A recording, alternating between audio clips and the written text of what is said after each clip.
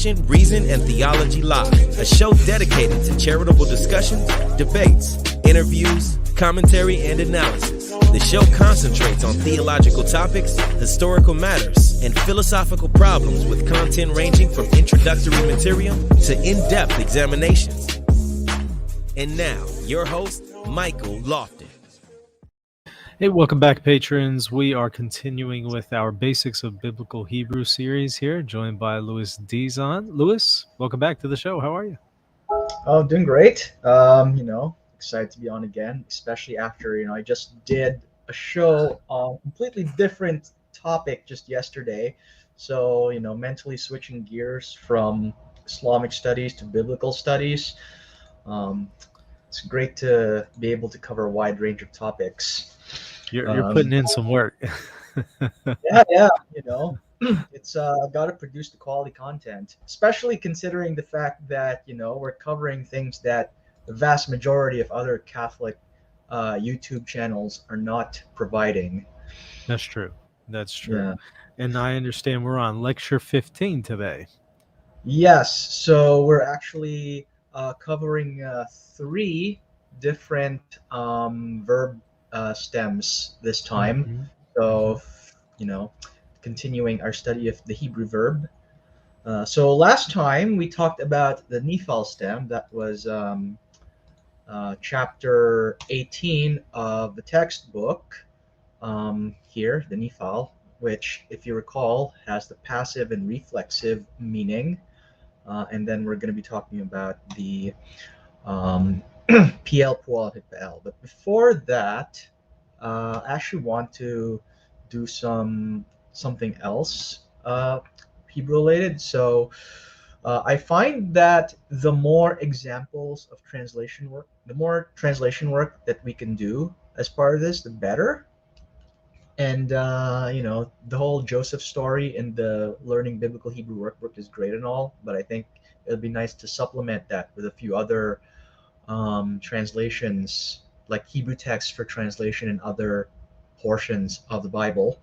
So I'm going to be, at the beginning of each session, I'm also going to translate a little bit of Genesis 1.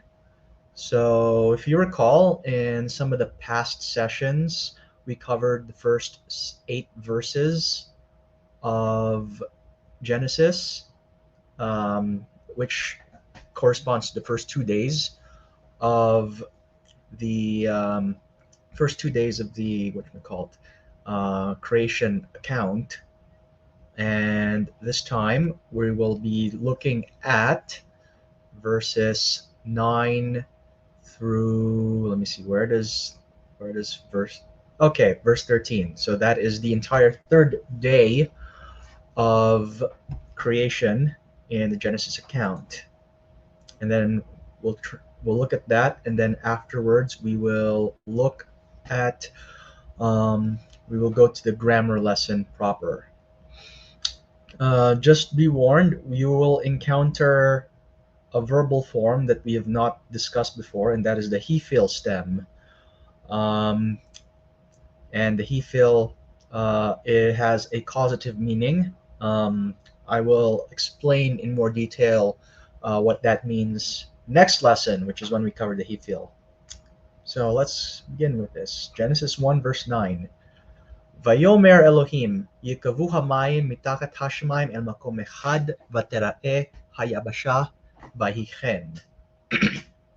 So notice that some of the words have been pre-translated. I've set verbum to provide this is an interlinear Bible, so I've set it to provide translations of words that occur 50 times or more. So these are relatively uncommon words, the ones that have translations in them. So, and God said, so Vayomer is the Vaitel form of Amar, Yikavu Hamayim. So let the waters be gathered. So Yikavu comes from the verb kava, which means to gather. And this is the, what you call the jussive form of kava. In fact, it's the Nephal form. So it's not to gather, it's to be gathered. It has that passive meaning to it. Let the waters be gathered. It's not immediately obvious that it's a nifal because when it's an imperfect, the nun at the end gets assimilated into the performative, which is the yod hirek. But you'll see that it leaves a mark by the fact that the kof has a dagesh on it. So let the waters be gathered from under the heavens. So remember, tachat is the preposition for under. El makom echad, to one place. Let the waters be gathered to one place, and let dry ground appear. So tera'e is also a nifal, and once again, it's a vital form, and you don't see the nun because it's been assimilated into the tet tsere here. Vaihichen, and so it was. You may have figured out by now that Vaihichen is a fairly common Hebrew phrase.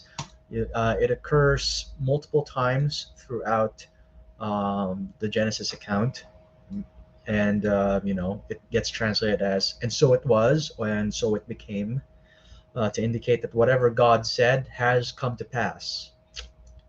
And verse 10. Vaikra Elohim layabasha eretz ulemikve hamayim karayamim vayar Elohim kitov. So something interesting here, you'll notice that the verb kara occurs twice, but the first time it occurs, it's in the Vaiktal form, and the second time it occurs in perfect form.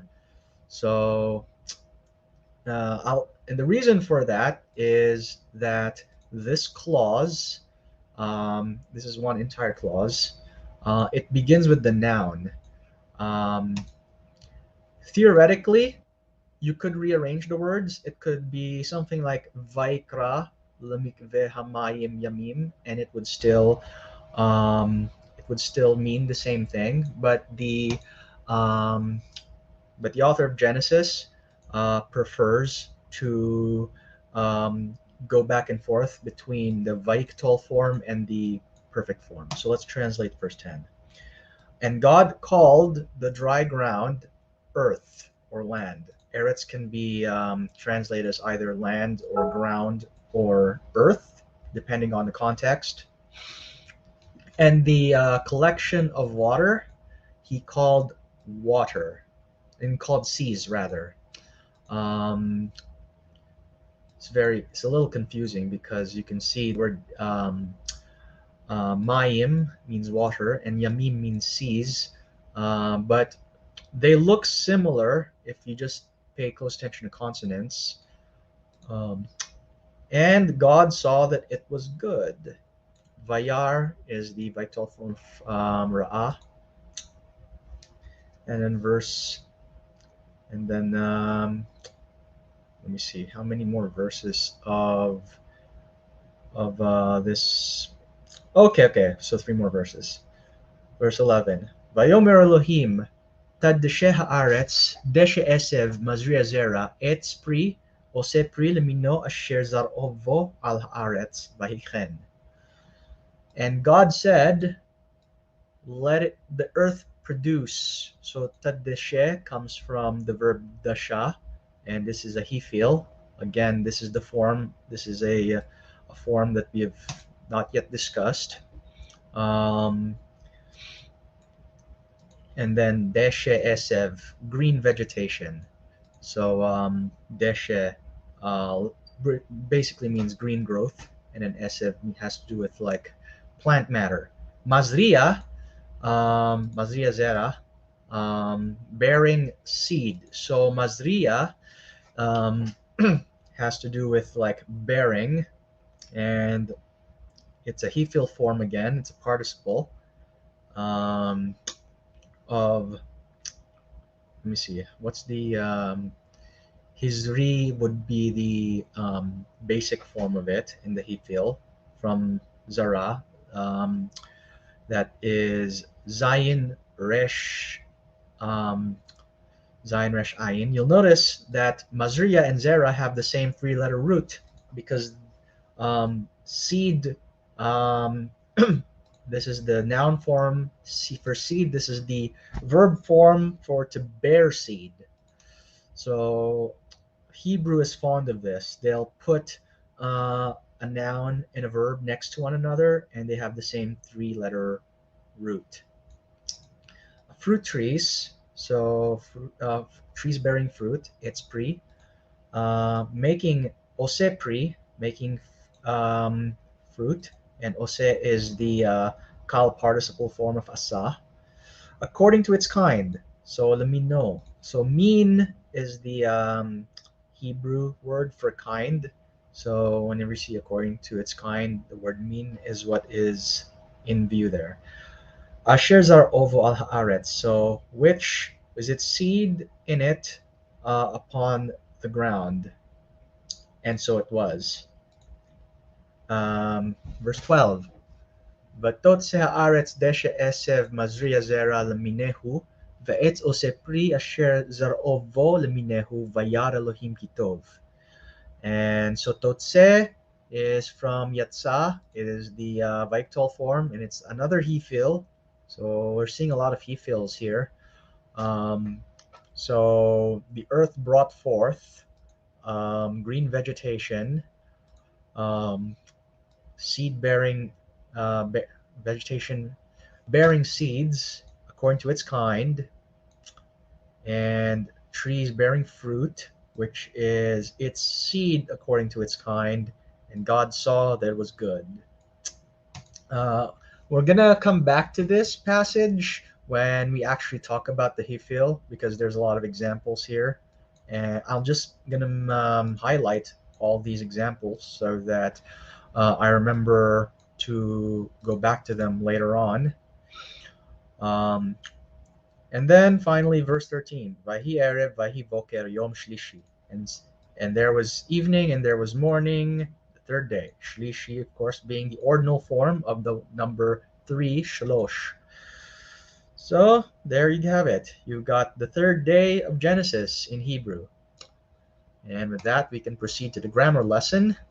PL, the Pual, and the Hitpael. In this textbook, the reason why these three forms are grouped together is because they have a same general connotation. They are actually a family of stems.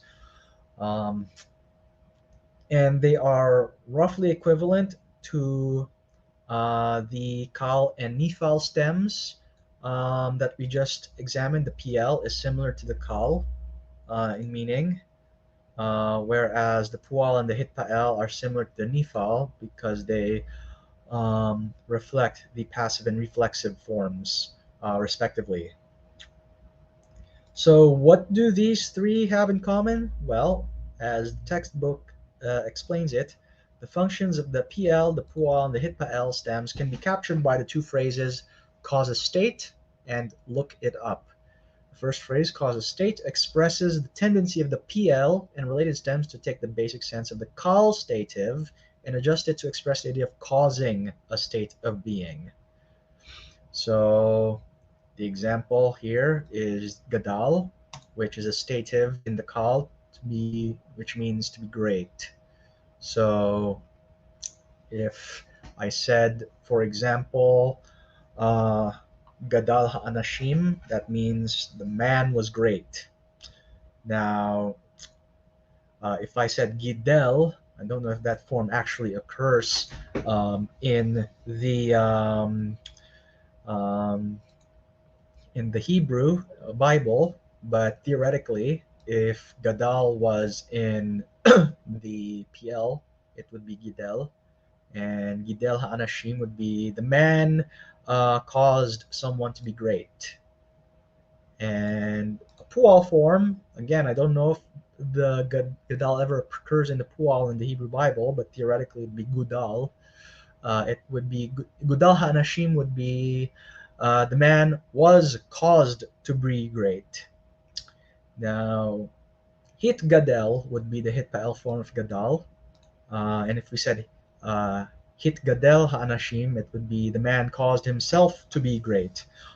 Now, the one thing that you need to watch out for is the fact that the difference between the stems is not always straightforward. For example, take the verb halach in Hebrew. Okay, in the kal it just means to walk. However, you will also find it in the hit pa'el form, hit halech, um, and occurs somewhere in the Genesis. I forget exactly where, but I ran into it at some point. And hit halech would also be translated as walk. So the difference between the kal and the hit pa'el forms of that particular verb would not be immediately obvious in an English translation. Now, look it up. The second type of meaning for these, it has to do with the fact that it's not immediately obvious, and you need to look it up in the lexicon, as it states here, because you wouldn't necessarily be able to determine its meaning just by looking at the three-letter root. I've mentioned before that three-letter roots generally have the same shade of meaning, but it's not always immediately obvious, and sometimes the nuances make them come out as different. For example, safar uh, is used here. So in the call form, it means to count, but in the PL form, which would be siper, um, it would be to recount or to tell. Um, and this is especially applicable to stative verbs um, that are in the PL form. How do we translate this? So, um, as the textbook states, you take the basic meaning of the verb, which is the form it takes in the call stem, and then try to imagine someone causing state that the call is expressing. Um, so let's go back to the example that we saw earlier in Genesis. Yikavu, okay? Kava is the, sorry, that's the Mifal. Tedashe. Where was the PL that we ran into? Never mind, we didn't run into a PL. I don't know why I thought we ran into PL. Anyway, actually, a good example is in some passages in Deuteronomy, in particular, you'll run into um, the verb yidaber, right? So yidaber, actually, you might recognize it from the word davar, which means word, and diber is a PL verb form from it, and the diber and diber basically means say. So in a sense, it's similar um, to the similar form uh, kara or amar. It has a connotation of saying, but notice that it's derived from the stem um, for word. It's sort of like to cause a word to be. If you want to be, you know, imaginative with it. Already explained this, but here is the table. Gidel, Gudal, Hit, Gadel. Um, I don't know if any of these forms occur in the Bible, but these are, at the very least, theoretical forms that they would take. So we usually, as always, we would express the representative forms with katal, to kill. Um, Apparently, Hebrew grammarians are very fond of killing because they like to use the verb to kill a lot. Um, so the representative forms, as you recall, you only really need to learn four different forms of each stem besides the kal, because all the other forms you can infer through these four forms. So for the PL in the perfect would be kitel. In the infinitive construct, it'd be katel. In the infinitive absolute, it'd be katel as well. But sometimes it will be katol, which is a more recognizably infinitive abstract form. It's got the little holem on top of the tet here.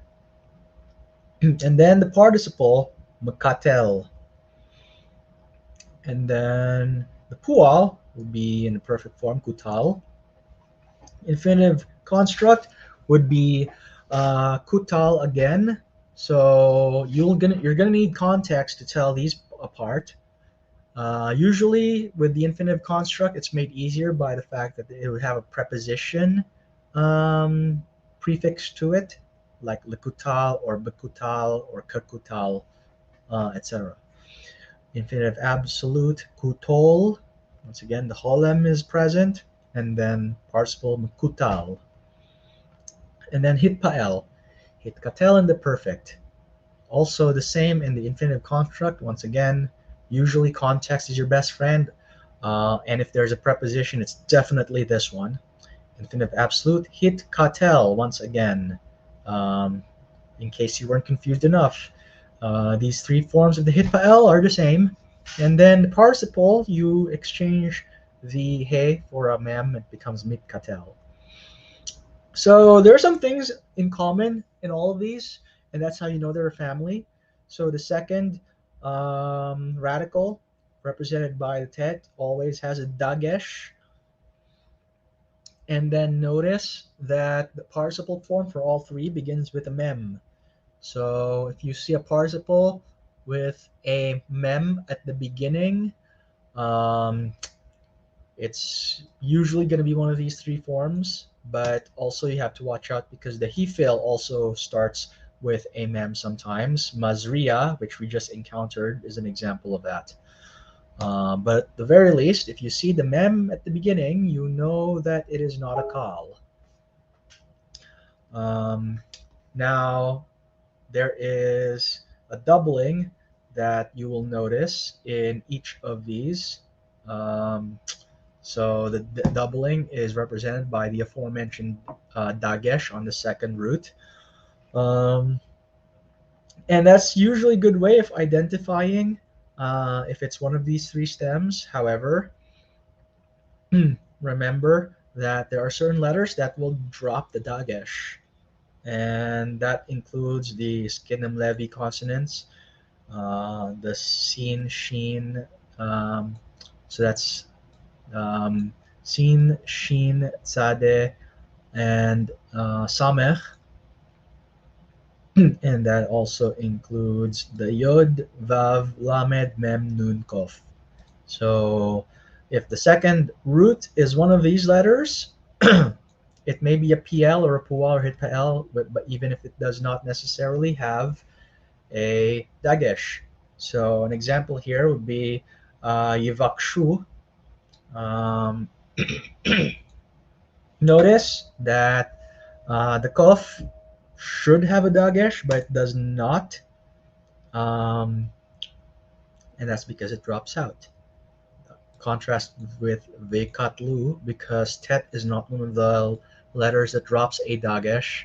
It will always have the dagesh in it. Um, so the dagesh on the second root, good way of identifying a PL, pual or hitpael, but it's not always foolproof. Now, as far as vowel patterns go, the names actually hint at their forms. So the names PL, Pual, and Hitpael, just like the Nifal and the Hifil, get their name from the fact that they're based on different forms of the verb Paal, to do or to make. So a PL um, form will typically have a hirek over the first radical and a tsere underneath the, sorry, did I say over? I meant under. It's tsere underneath the second. Um, but this is not always the case because the other forms may exchange the hirek with a patach, as you can see here. So the perfect form has the I class, the hirek, and then the A class, or the patach, is used for the other forms.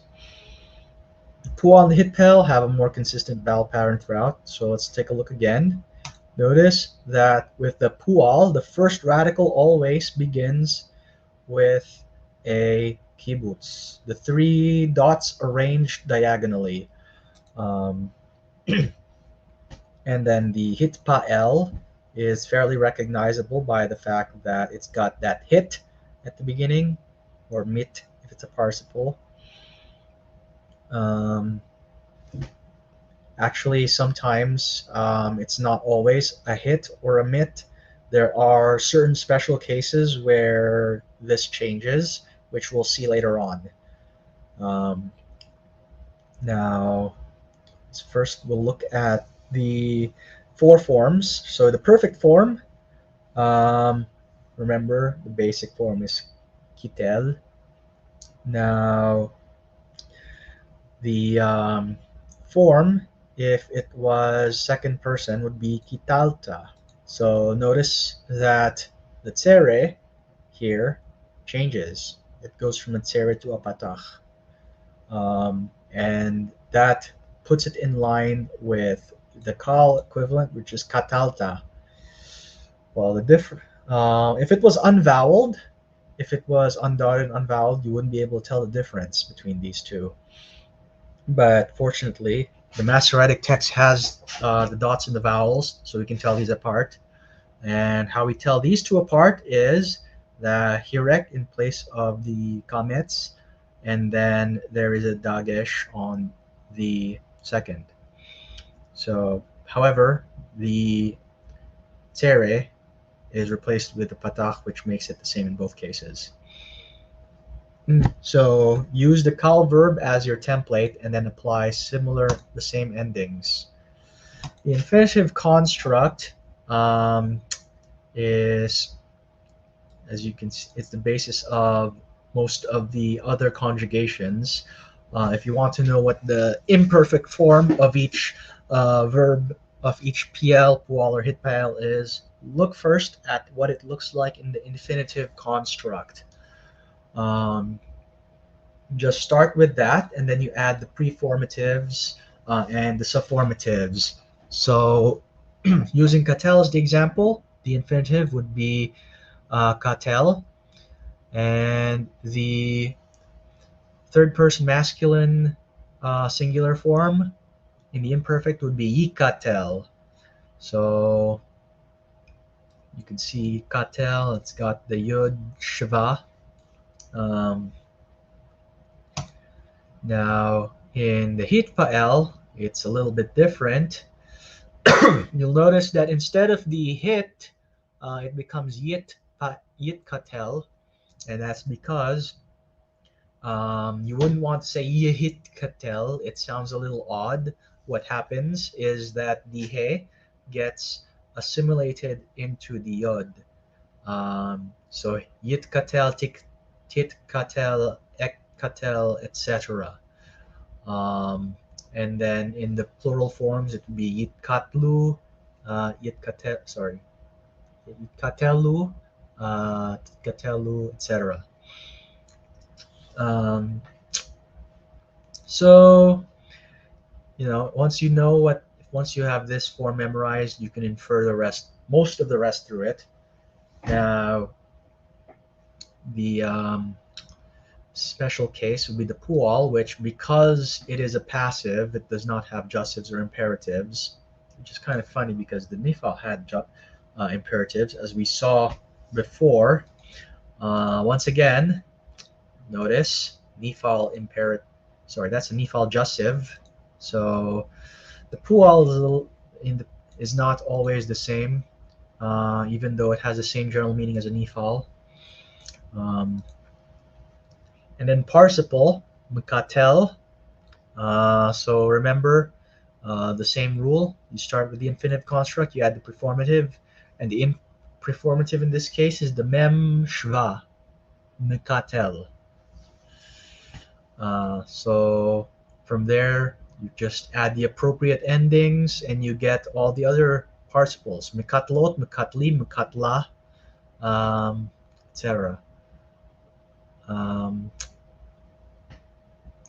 And then here in the pual, it would be mukutalot,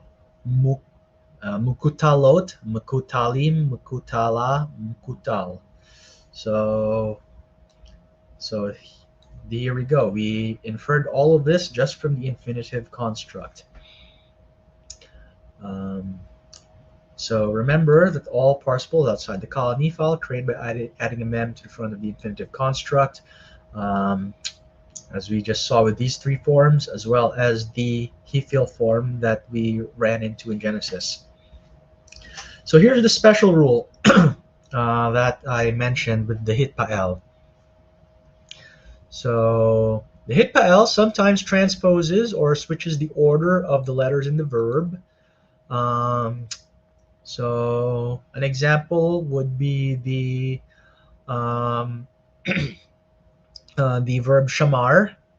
So if shamar, you would probably expect in the hitpael be something like hit shamer, but that's not the case. What Hebrew does is it flips around the tet and the shin. So instead of hit shamer, it becomes hishtamer.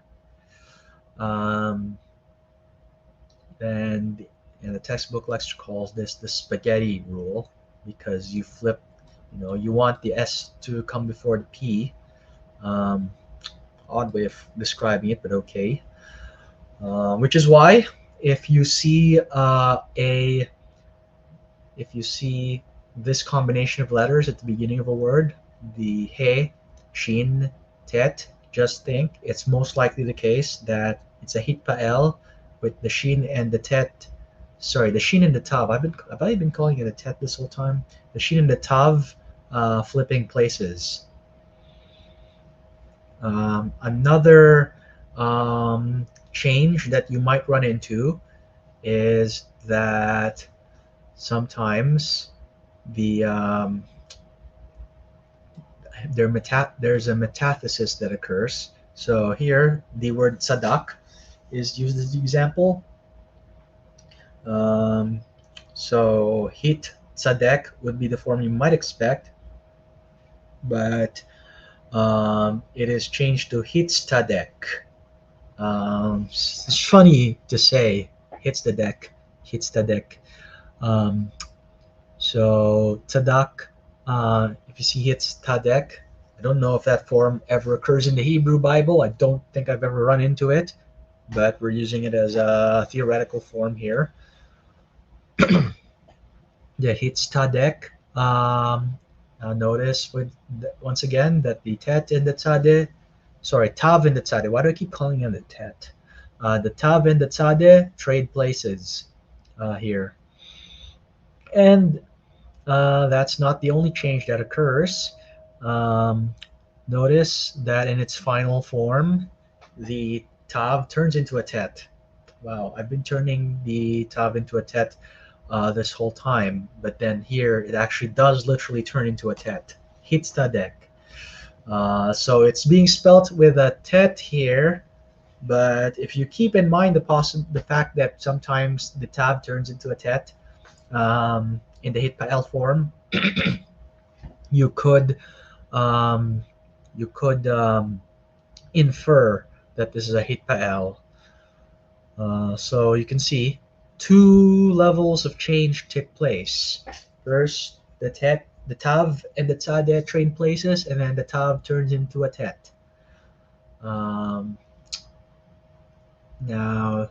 there is here a full assimilation. So what happens here is that two similar sounding letters merge together. So the example given here is davar. You might expect that is hit the bear. I would not advise anyone to hit any bears, but hit the bear would be the form you would expect, except the tav turns into a dalet. So take a look at here. The participle form is goes from mitdaber to middaber, and then a further change takes place because in Hebrew we don't like to have doubled consonants like that unless they are completely separate syllables. So middaber the two dalets merge into a single dalet with a dagesh on it. The dagesh, of course, being there to indicate that doubling has taken place. So middaber. And um, this is where it gets tricky because once it reaches this form, eh, you would be justified in asking, well, is this a hit pa'el or what? It doesn't have the characteristic form of hit pa'el that we are accustomed to. Um, and actually, in this form, it kind of looks more like a PL than a hit pa'el, uh, which is why you have to be mindful of all of these possible changes that could take place. Tama is another example. So in the participle form, same thing happens. Mit tame, and then the tav turns to a tet, becomes mit tame, and then the two tets merge together to form mit tame, um, with the tet dagesh. And then there is one other form. So we mentioned that the major forms are the kal, nifal, piel, pual, hipal, hipil, hofal. But those are not the only forms. Those are not the only stems. There are some lesser known stems that occur in Hebrew. One that is relatively uncommon but worth mentioning is the hishtafel. And as you could tell, it is a relative of the hitpael, um, because they have a similar look to them. And there is one particular verb that occurs in the Hebrew Bible. It takes the hishtafel form, and that's the verb chava, which means to bow down in the kal stem. Once you take it into the hishtafel form, it's hishtachava. Hishtachava.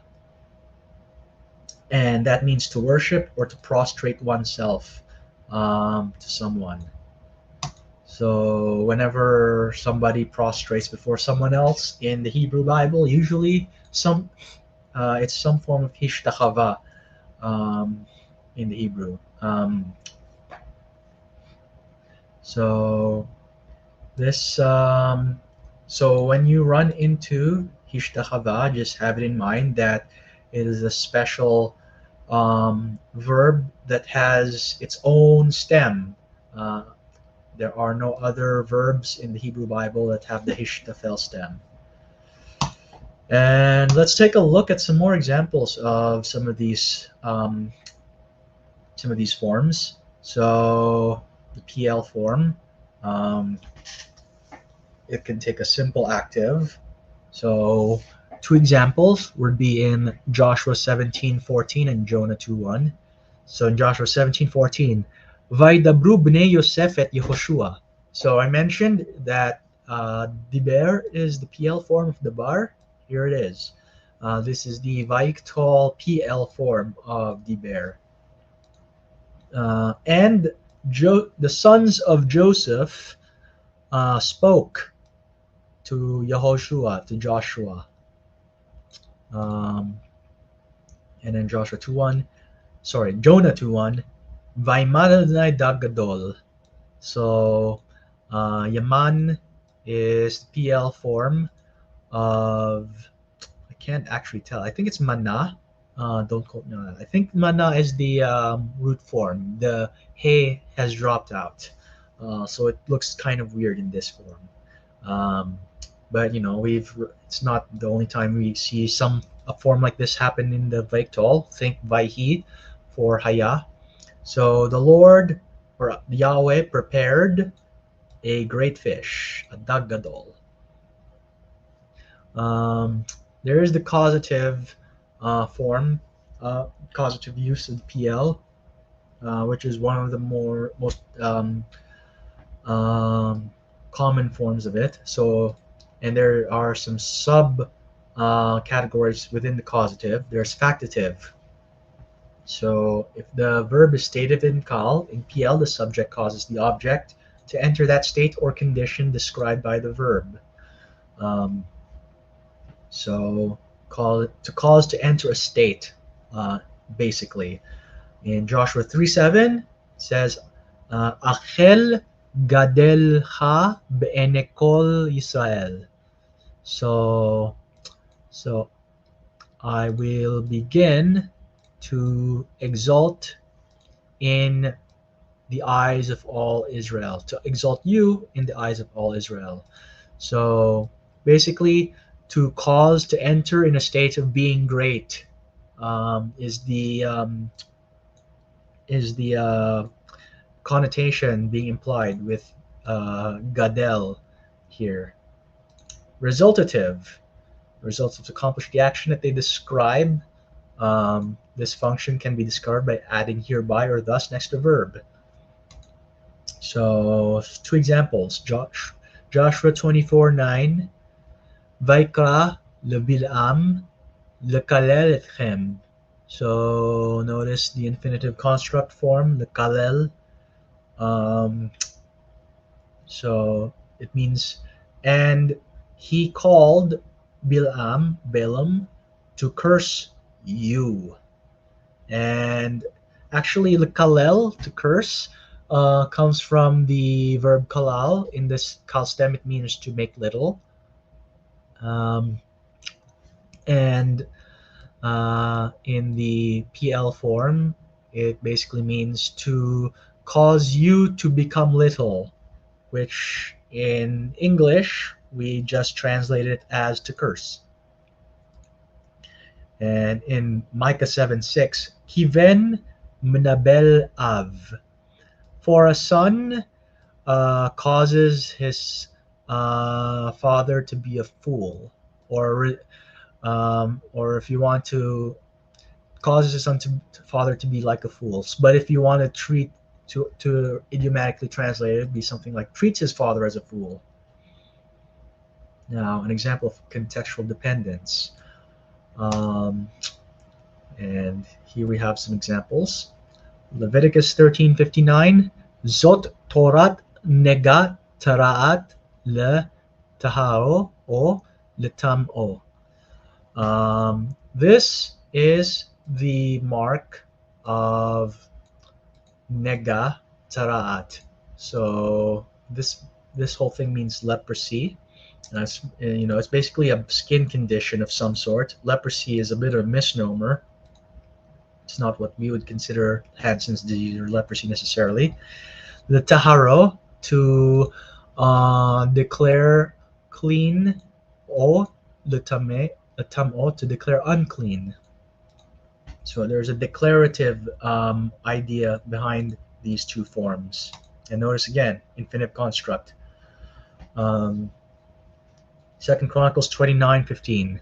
Vayavo'u ke mitzvat hamelech madivrei Adonai letaher bet Adonai.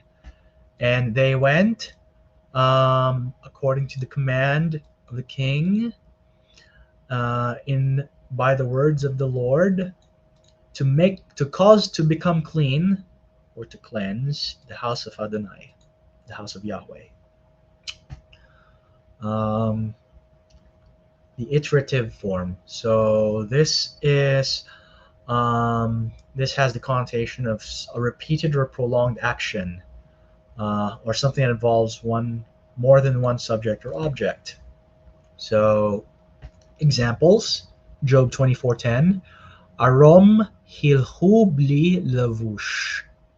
Naked he walked without clothing. So hilhu is the PL form of halach. So the PL plural form. So hilhu. Ba'alot.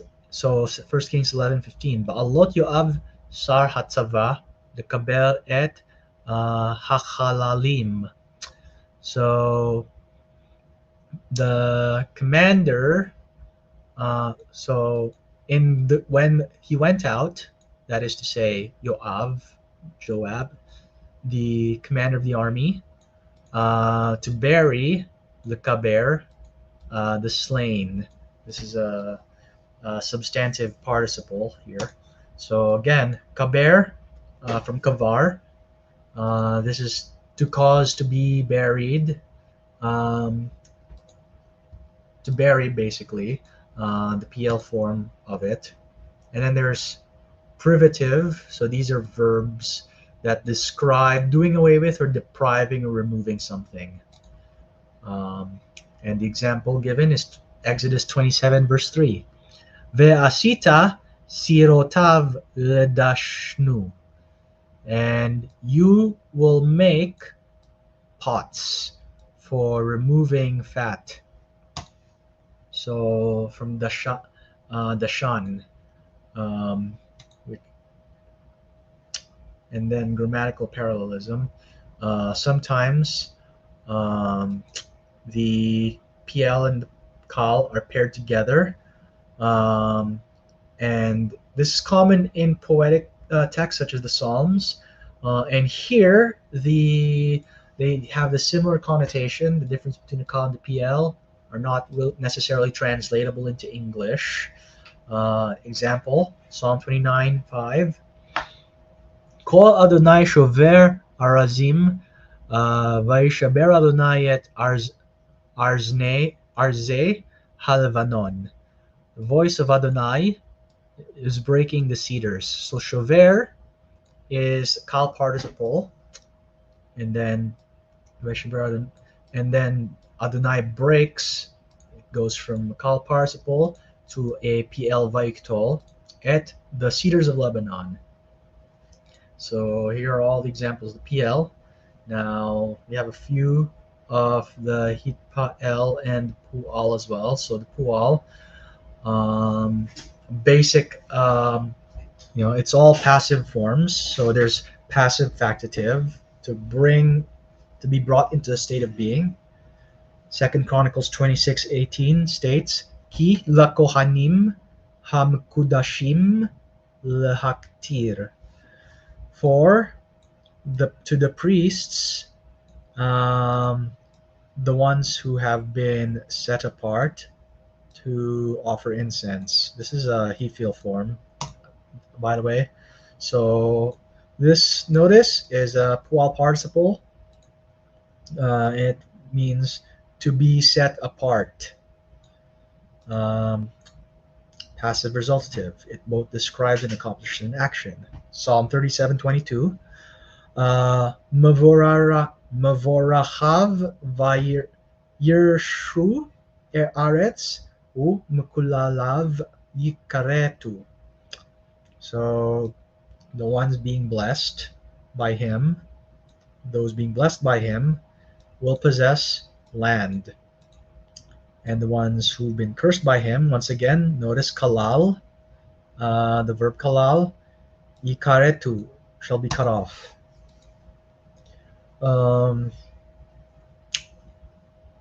So iterative passive. So remember, the PL has an iterative sense. So does the pual. An example of that is Genesis 25:10. Shamma kubar Avraham ve Sarah ishto. There, Abraham was buried, and as was Sarah his wife. So kubar, these two were buried. And of course, kavar, to bury. We've seen that already. Now, we've got a few examples of the hitpael to go through. So simple reflexive, the most basic use of the hitpael. Halo David mistater imanu, 1 Samuel 23:19. Is not David hiding with us, among us? So this has, so satar is to hide. Histater is like to make oneself hidden. So literally, is not David making himself hidden among us, but in order to simplify it, we just render it as hide. In 1 Samuel 18:4, Vayit pashet Yehonatan et ha-me'il asher alav. And Jonathan stripped, or he caused himself to be stripped of his cloak, which was on him. So notice in both cases we simplify the translation because it's kind of awkward to literally translate these as causatives. And then there's the factitive use. Isaiah 10:15. Hait pa'er hagarzen al hakotsevbo im yitgadel hamasor al manifo. So does the axe vaunt itself, cause itself to be vaunted upon the one cutting with it, over the one cutting with it? Or does the saw cause itself to be great over the one swinging it? So again, we simplify the translation to vaunt and exalt. So the resultative tense. Um, so here it has the connotation of pretending or claiming to be something. Um, in Proverbs 13:7 it says, Yesh mit asher ve'en chol, mit roshesh v'honrav. There is one who claims to be rich or pretends to be rich. So um, from the verb ashar, which is to be rich in the state of kal, but he has nothing. There is not to him anything. There's not to him all. Mit Roshesh, the one pretending to be poor, and yet he has Honrav, great wealth. And there is actually a passive use of the Hitpael. So in Ecclesiastes 8:10 or Kohelet, Vaish Yishtachu Ba'ir, and the city, they will be forgotten in the city. Shachach is the kal form to forget. Hishtachach is to be forgotten. And remember, we talked about the trading of the places. Notice that the sheen comes before the tav, um, just like we talked about. And then Second Chronicles 22:6. Vayashav lahit rafe ba'Yisrael, and he returned to be healed in Jezreel. So Rapha is to heal. Think of the name Raphael, God heals. And then Hit Raphe is the Hitpael form, to be healed. And then a rare form, the reciprocal, in 1 Kings 14:8. Lacha nitra epanim. Let's look at each other in the face. So this one doesn't come up very often, but it's good to know that it exists in case you do run into it. So those are the PL, the Pual, the Hitpael, and let's switch tracks now to some translation work. As we've done before, I'm going to parse the verbs for like maybe the first 5 verses or so, and here I have them pre-underlined. And then going forward, we'll just straight up translate. And this is Genesis 46 to 47. This is when Jacob travels to Egypt after finding out that Joseph is still alive. And here are the vocab words that you need to know about. So, all very interesting. So let's start translating. Verse 1. Vaisa Yisrael v'chol asher lo vayavo be'era shava vayizbach zvachim le'elohei aviv Yitzchak.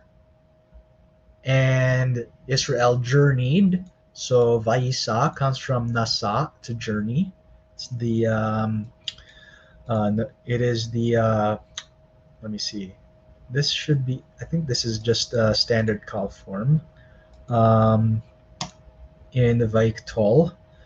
And then all who are with him, and he went, once again, the Vaiktol from Ba'a to come.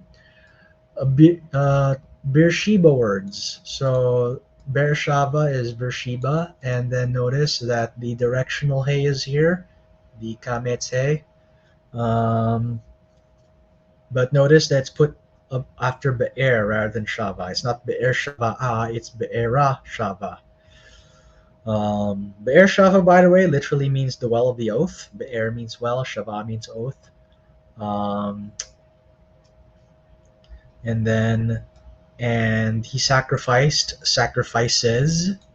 So Zavach is sacrifice, Sevach, and then plural Zvachim. And then Yizvachu, Vayizvach, Vayiktal form of Zavach. To the God of the father of Yitzchak, Isaac. Verse 2.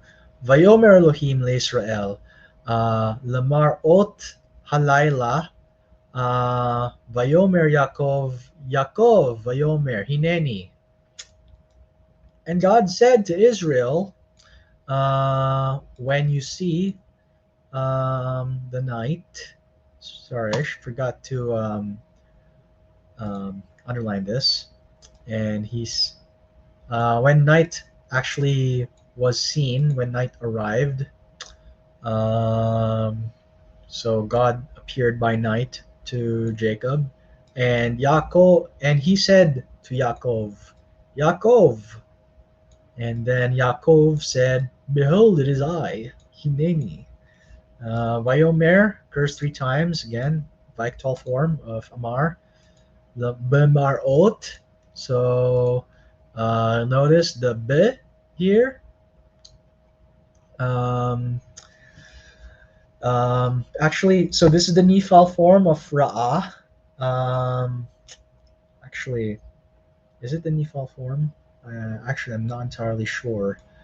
Um, but it's to be seen, and it's the infinitive construct, which you can tell because it has a prefix here, a, a b, which only the infinitive construct has. So when the night came, um, now verse 3, Vayomer Anochi ha'el Elohe avicha al tira merra mitzrayma ki legoy gadol asim otcha sham. And he said, I am the God of I am the God of your father. Fear not, um, fear not to be afraid, being afraid. Uh, sorry, do not be afraid from going down. Egypt words. So, okay, Vayomer, we already explained that. Altira. So, this is a Joseph form. Um, So remember, normally commands are expressed with the imperative unless it's a negative command, which is prefixed with an al, in which case it's adjussive. Do not be afraid. From going down, um, actually, I made a mistake. I think this is actually a participle, not an infinitive construct. Um, so, sorry, my bad. So and then from going down, actually no, it is an infinitive construct. So this is an infinitive construct with the from me prefix to it, from yarad, to go down. Egypt words for a great nation I will make you. So asim comes from the verb sim, and this is the imperfect first person singular form of it. I'll make you a great nation there, Sham. Verse 4. Anochi ered imcha mitzrayma ve'ata ta'ale gam allo vayosef yashit yado al enecha. I will go down, so yarad in the imperfect form, first person singular, with you, Egypt words, and you will go up also, going up. So ta'ale is the imperfect from Allah, to go up, and it's the second person singular. Also, um, And this is the infinitive absolute form of Allah. Notice the presence of the Cholem above the Lamed. That's your indicator that it's an infinitive absolute. And Joseph will place his hand upon your eyes. Sorry, is that a right? Yeah. So Yashit from sheet. This is again an imperfect form. Notice that the imperfect shows up quite a bit in these two verses. Verse 5. Vayakom Yaakov mi be'er shava vainasehu tapam unusehem be be'agalot asher nishlechu me'im paro. Jacob went up. So this is the vital form of kum, to arise, from Beersheba. So they went to Beersheba. Now they're leaving Beersheba. And he vainase. What does nasa mean again? I think it should mean to set out, but it's spelt with an aleph instead of an ayin for some reason. And he journeyed, he and his children, Tapam, and his wives, so Leah, Bilhah, and Zilpah, Be Agalot, with the calves which were sent. So Nishluchu, which he sent from before Pharaoh. Actually, this is the Nifal form. Notice the Nun Hirek preformative. So the calves were sent from Pharaoh. Pharaoh sent the calves towards Jacob as a gift. So we're just going to straight up translate the rest of the verses to make things go quicker. Verse 6. Vayikhu et miknehem ve'et rekusham asher rakshu be'eretz Knaan vayavou Mitzrayma Yaakov v'kol zar'o ito. And he took their collection and their goods, their possessions, their supplies. Rachush basically just means supplies, which they gathered in the land of Canaan, and they went Egyptwards, Jacob and all his seed with him. Seed, of course, meaning his offspring, his progeny. Verse 28. Ve'et Yehuda nishlach lefanav el Yosef limtso et haderech Goshna vayavou atza Goshen. And Judah he sent before him to Joseph to find the way to Goshen, Goshenwards. Notice again, directional hay. And they went towards the land of Goshen. Verse 29. Vayesor Yosef merkavto vayal likrat Israel aviv Goshna vayera elav vayipol al tzavarav vayevk al tzavarav od.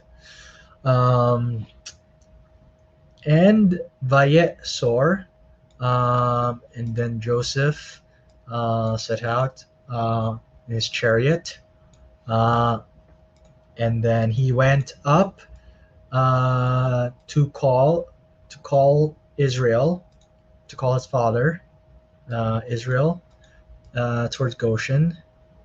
And then he saw him and fell down upon his knee. Sorry, not his knee, his neck. He fell upon his neck. Really odd turn of expression. Hebrew has some very interesting expressions. Ever said of someone that they fell on someone else's neck? That's gotta hurt. He fell on his neck and then kissed the neck as well. So this is a common Middle Eastern way of greeting someone, um, especially a relative. Verse 30, Vayomer Yisrael el Yosef, Amuta hapa'am achare ra'oti et panecha ki odcha chai. And Israel said to Joseph, I will die. Um, another the time after see your face. So he's going to die very shortly. For what odchachai, you are again alive, because he thought he was dead all these years, and it turns out he wasn't. Plot twist. Verse 31. Vayomer Yosef el Echav, ואל בית אביו, אלה ודיברתי לפרעה אומרה אליו, אחי ובית אבי אשר בארץ כנען באו אלי. And Joseph said to his brother and to the house of his father, I will go up, and I spoke, and I will speak to Pharaoh, and say to him, I will live in the house of my father, which is in the land of Canaan. My brother and the house of my father, which is in the land of Canaan, they came to me. So they've arrived. It's nice when the whole family immigrates together. Verse 32. והאנשים רועי צאן כי אנשי מקנה היו וצאנם ובקרם וכל אשר להם באו אלי. And the men were shepherds of flocks, for men of the pasture they were, and their flocks and their cows and all which is theirs came to me. So they brought their livestock along with them.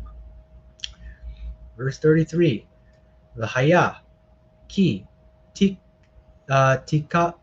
tikaru lifnei Pharaoh v'tish'alu ma ma'asechem. And so it will be, for you will be called before Pharaoh, and you will be asked, what do you do? What is your occupation? This is a standard thing in immigration. The authorities want to know what's your line of work. They want to know if you're just going to bum around and collect welfare checks. Such is the case even back in ancient times, as we notice. So verse 34, ואמרתם אנשי מקנה היו עבדיך מנו מן אורנו ועד עתה גם אנחנו גם אבותינו בעבור תשבו בארץ גושן כי תועבת מצרים כל רועי צאן. And you will say, the men of the pasture they are, your servants from Menurenu. I don't know how to translate that one. And until now, from our childhood until now. So Na'ur is childhood. Remember, we sometimes run into the word Na'ar, young man. So Na'ur is youth or childhood. So they're saying, we were sheep and cattle herders for as long as we've been alive, us and our dads and our granddads. So they are livestock breeders, and also we, and also our fathers. Gama nachnu, gama avotenu. This another Hebrew expression. Also us, also our fathers. So we and our fathers have the same line of work. Ba'abur, um, on account of um, you're living for the sake of, or on account of um, you, you're returning, you're dwelling in the land of Goshen for Toavat Mitzrayim, for it is a toeva, an abomination to to the Egyptians. Notice the word toeva. This is a well-known Hebrew word because it occurs a lot in Leviticus. Whenever you see the word abomination in your English translation, toeva is the Hebrew word standing behind it, and the same word toeva is used to describe cattle and sheep herding from the perspective of the Egyptians. They think it is a toeva. And then it says, Kol ro'etzon. We are all shepherds of flocks. Now, chapter 47. Note this reader actually skips a lot of verses. At least in this reading, it does. After you've learned all the different Hebrew grammar rules, I highly recommend going back to Genesis 37 to 50 and then reading it in an unabridged Hebrew Bible, and you'll see the difference. There's a lot more complexities in the Hebrew in the original. 47:1. Vayavo Yosef vaydaber leParo vayomer avi ve'achai ve'tzonam uvkaram v'chol asher lahem ba'u me'eretz Knaan vahinam be'eretz Goshen. And Joseph went and spoke to Pharaoh, and he said, My father and my brother and their flocks and their cattle and all which is theirs came. So they brought the whole family and their farm with them from the land of Canaan. And Hinam be'eretz Goshen. And behold, they are in the land of Goshen. So they've arrived in Goshen, which is part of Egypt. And if you read the book of Exodus, it mentions that whenever the plagues strike Egypt, they strike the whole land of Egypt except Goshen, because Goshen is where the Israelites lived. Verse 2. Vamiktseh echav lakach chamisha anashim vayavo'u lifnei Pharaoh. And umiktseh echav. So this is the verb katsa, and let me see. Can't figure out what form of katsa that is. And your brother, and you will sort of like take your brothers will take 5 men. It's like they're going to pick out 5 men, and they'll go up before Pharaoh. And then verse 3, Vayomer Paro el echav ma ma'asechem vayamru el Paro roetzon avadecha gam anachnu gam avotenu. So the thing that Joseph told him to say, we're saying it line by line the same. And he said, and Pharaoh said to his brothers, what do you do? And they said to Pharaoh, we are shepherds. Your servants are shepherds, both we and our fathers. And then verse 4, Vayamru el Paro lagur ba'aretz ba'nu ki en mir'e latson asher la'avadecha ki kaved hara'av be'eretz Knaan ve'ata yeshvu na avadecha be'eretz Goshen. And they said to Pharaoh to dwell in the land we came, So we came to dwell in the land, for there is no pasture land. Mir'eh comes from ra'ah, to graze. For the flocks, which are for your servants. Kind of weird. They're going from Canaan to Egypt for pasture land, but Egypt is like a desert country. But I digress. I mean, I suppose they could probably be in Lower Egypt where there's more grass relatively. There's no pasture land for the flocks, which are your servants. For great is the famine which is in the land of Canaan. And now, um, let your servants dwell in the land of Goshen. Joseph form. Verse 5. Vayomer Paro el Yosef lemor, Avicha ve'achecha ba'u elecha. And Pharaoh said to Joseph, saying, by the way, notice, so the form is starting to get a little bit more complicated. Vayomer and lemor, they tend to be grouped to be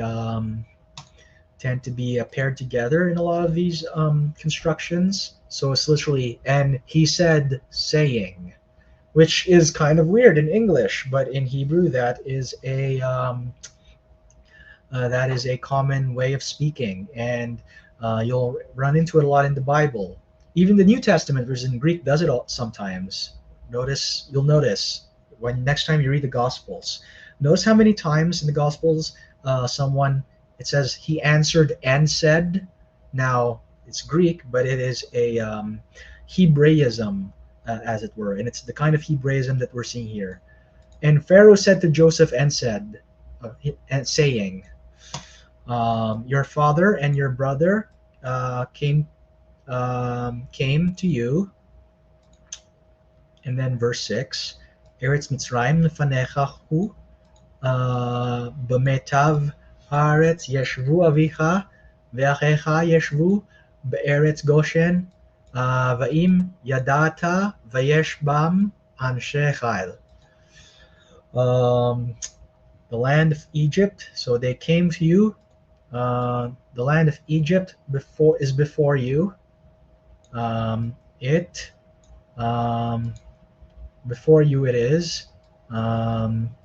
In its goodness, metav. Notice it comes from good, tov. From yatav, be good. The goodness of the land before you is the goodness of the land.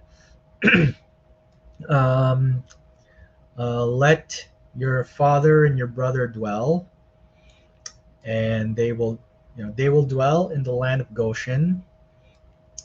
And if there is in them men of war, strong men of valor, so men that can be recruited to the army, samta otam sare mikne al asherli, set them as chiefs over the flock which is mine. So they want to take so Pharaoh wants to take all the strong men of the people of Israel and make them chief shepherds over the livestock. Because even if you think that livestock herding is toeva or an abomination, you do still need people to do it. It's kind of like garbage collecting in our day. It's a dirty job, but someone's got to do it. Verse 7. Vayavo'u Yosef im Yaakov aviv vayamdu lifnei Paro vayivarech Yaakov et Paro. By the way, let me see. How many verses do we have left? Fairly decent number. We'll be done soon. And Joseph came with Jacob, his father, and they stood before Pharaoh. And Jacob blessed Pharaoh. So I don't know what blessing means in this context. Did he pronounce a blessing over him like a priest? Be that as it may. Verse 8. Vayomer Paro el Yaakov, kama yemei shnei chayecha. And Pharaoh said to Jacob, how many days are the years of your life? Which in Hebrew means, how old are you? Pharaoh wants to know his age. And Jacob obliges in verse 9. Vayokmer Yaakov el Paro, Yemen shne magurai shloshim umaat shana, maat veraim hayu yeme shne hayai, velo hayu kime shne chaye avotai bime magurehem. And Jacob said to Pharaoh, the days of the years of my dwelling, so my dwelling or my living, so my age is 30 and 100 years, 130 years. He's 130 years. Now watch what he says next. Little and evil were the days of the years of my life. He's saying he's 130 years old and he's only lived a little while. I guess, if you consider the fact that some of the patriarchs earlier in Genesis lived to be 800 or 900 years old, 130 is nothing. And they were not as the days of the years of the lives of my father and the days of their living or dwelling. So Jacob is comparing himself to his ancestors who had much longer lifespans than he. Think of Abraham, who lived, how old did Abraham live? I think it was 160 years old. I don't remember off the top of my head. And then verse 10. Vayivarech Yaakov et Paro, vayetze milifne Paro. By the way, notice that sometimes it's Paro with a pe, and sometimes it's Pharaoh with a fe. So sometimes the dagesh is there, sometimes it's not. Hebrew can be a little funny like that, but they're both the same word. And Jacob blessed Pharaoh and came out from before Pharaoh. So Pharaoh is spelt both ways, as you can see, with and without the dagesh. There's probably a rule governing that, but I don't remember what the rule is off the top of my head. Verse 11. Va tinaten leYaakov le ule ache Yosef achuza be'eretz Mitzrayim b'metav haaretz be'eretz Ramesses ka'asher diber Paro. So this is interesting. And he gave them to Jacob and to the brothers of Joseph the possession or the property of the land of Egypt, and the goodness of the land in the land of Ramses. So apparently Ramses is in Goshen. That gives us an idea of where Goshen would be in the geography. And notice something. Ramses is an anachronism. Ramses did not live until at least 600 years after Joseph died. So when you see, this is a little bit of an aside, but Ramses, the place name, occurs in Exodus as well. And people use that as evidence that the Exodus took place during Ramses' time, but that's not necessarily the case. It could be an updating of the place name by later scribes, and that's definitely got to be the case here in Genesis, because there was no Ramses during Joseph's time. And so they got the goodness of the land, in the land. Hebrew is funny like that. The goodness of the land in the land of Ramses, just as Pharaoh spoke. All right, we've got 1, 2, 3, 4, 5, 6 more verses, and then we will be done. Verse 12. Vayichalchel Yosef et aviv ve'et echav ve'et chol bet aviv lechem lefi hataf. And Joseph supported or provided for. Kalchal is a funny verb. Notice it has four roots in it. This is one of those very rare examples of a four-letter root. Um, I think mentioned this. I referenced this all the way back in maybe like the first or the second session of our Hebrew, but four or even five letter roots do exist, but they're very rare, and kalchal is one of those rare forms. Joseph cared for, provided for his father and his brothers and all the house of his father bread to the mouth of the child or the children. So for the sake of the children. Um, verse 27. Vayeshev Yisrael be'eretz Mitzrayim be'eretz Goshen va'e'achazu ba vayifru vayirbu ma'od.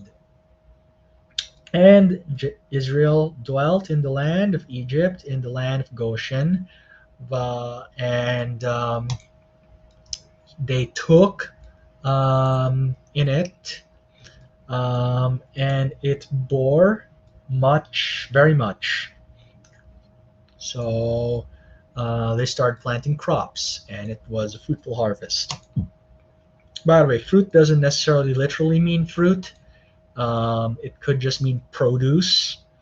Verse 28. Vayechi Yaakov be'eretz Mitzrayim 17 shana vayhi yemei Yaakov shnei chayav sheva shanim ve'arba'a u'ma'a shana. So we find out how long he lived. And Jacob lived in the land of Egypt 7 and 10 years. 17 years. And so it was, the days of Yaakov were Chayav,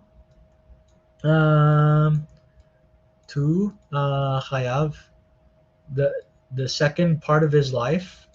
The days of the second part of his life were Sheva Shanim v'arba'a ma'ashna. 147 years. That is how long he lived. And then it doesn't mention his dying. It just skips over to him getting buried in verse 29. Sorry, that's not to bury. That's to come near. Sometimes the word bury and to come near can throw me off because the difference is karav and kavar. Be that as it may. Vayikrovu yemei Yisrael lamut vayikra livno leYosef vayomer lo im na matzati chen be'enecha simna yadcha tachat yerechi ve'asita imadi chesed ve'emet al na ekavra b'Mitzrayim. So the days of Israel to die drew near. So death's at knocking at his door. So he's going to make his last will. So he called to his sons, to Joseph. Notice Joseph, even up to the very end of his life, Joseph still gets special treatment. He calls his sons, and then he singles out Joseph. And he said to him, if I found favor in your eyes, is a very common Hebrew phrase. You're going to run into it a lot if you're reading Genesis.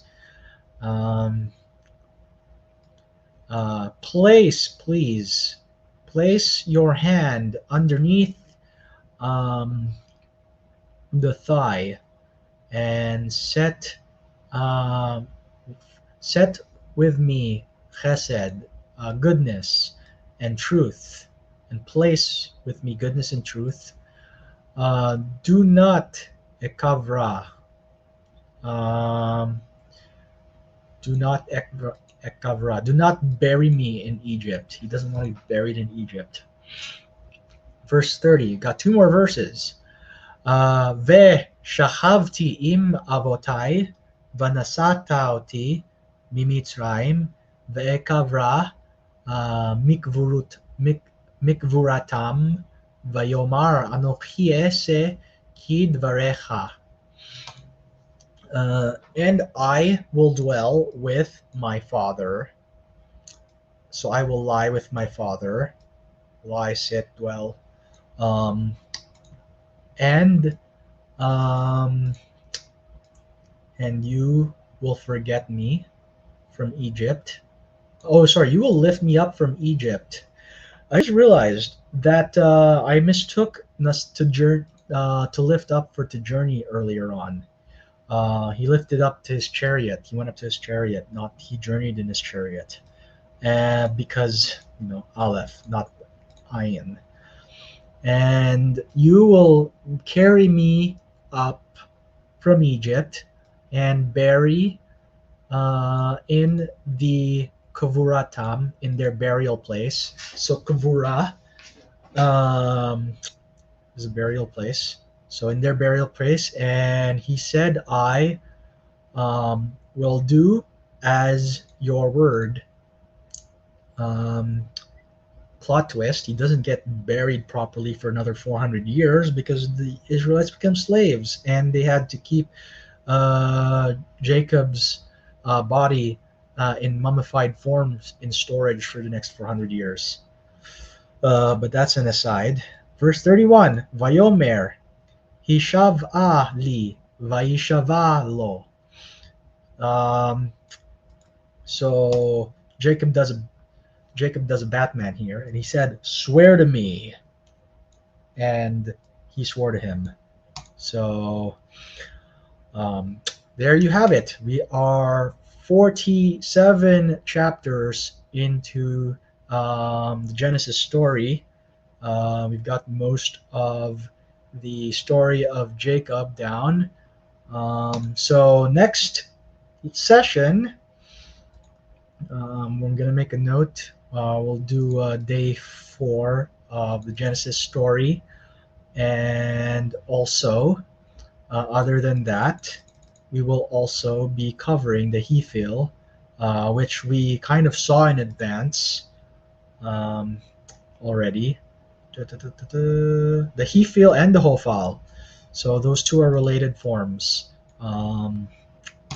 So yeah, that is it for this session, and hopefully you'll tune in next time. Thank you for that, Lewis. I appreciate it. I look forward to the next one. We'll probably try to aim for it in 2 weeks, so y'all look for that soon. Once again, thank you so much, Lewis. I appreciate you. Always a pleasure. We'll see y'all later.